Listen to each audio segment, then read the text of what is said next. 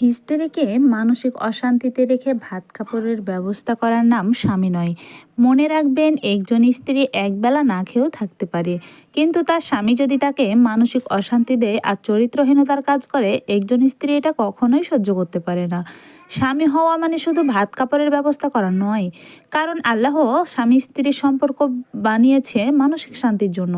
কখনোই আপনার স্ত্রীকে বলবেন না তুমি আমার জন্য কি করেছো, কারণ আপনার স্ত্রী নিজের শরীরের সমস্ত সৌন্দর্য বিলীন করে দেয় শুধুমাত্র আপনাকে বাবা ডাক শোনানোর জন্য। এর চেয়ে বড় স্যাক্রিফাইস কি আপনি আপনার স্ত্রীর জন্য করতে পারবেন? কোটি টাকা দিয়েও করতে পারবেন না এই ঋণ শোধ। রাগের সময় পুরুষের আসল চরিত্র পাওয়া যায়, কারণ রাগের সময় সুন্দর ব্যবহার করে তার শখের নারীর সাথে কথা বলা সব পুরুষের দ্বারাই সম্ভব হয় না। আর পুরুষ রাগের মাথায় তার শখের নারীর সাথে যে ব্যবহারটা করে, সেটাই হলো পুরুষের আসল পরিচয়।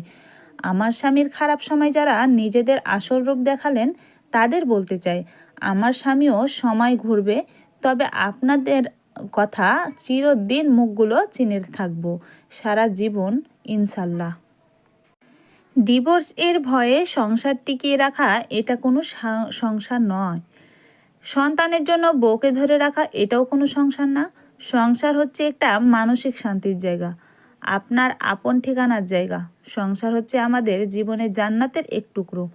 কিন্তু এ সংসার যদি দায়বদ্ধতা আসে, সামাজিকতার ভয় আসে, সন্তানের কথা চিন্তা করতে হয়, তাহলে এটা শুধুমাত্র লোক দেখানোর চুক্তিপত্র, কোনো সংসার না।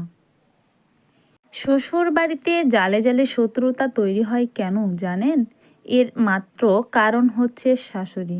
কারণ তিনি এক ছেলের বউকে চোখের মণি করে রাখে আর আরেক ছেলের বউকে চোখের ধুলি করে রাখে, যে সব সময় দুইজনের মধ্যে পার্থক্য তৈরি করে।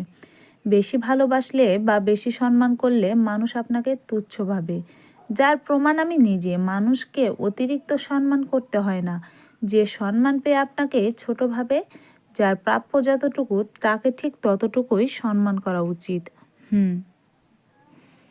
যেই পুরুষ সামান্য ঝগড়া হলে অশ্লীল ভাষা ব্যবহার করে, সেই পুরুষ তার নারীকে কখনোই ভালোবাসে না।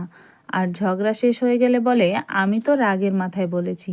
ভাই, রাগের মাথায় রাগ কন্ট্রোল করে যে পুরুষ মহিলার সাথে সুন্দর ব্যবহার করতে পারে, সেই হলো আসল চরিত্রের পুরুষ। সংসারে সব কাজ শেষ করে রান্না বান্না করে যে মা দিন শেষে নিজেই, যে মা খাবার সময় পায় না, তাকে কখনো ধৈর্য শিখাতে এসো না। একজন মাকে মানসিক শান্তি দিতে না পারেন, কিন্তু দুঃখ দিয়ে কথা বলে আঘাত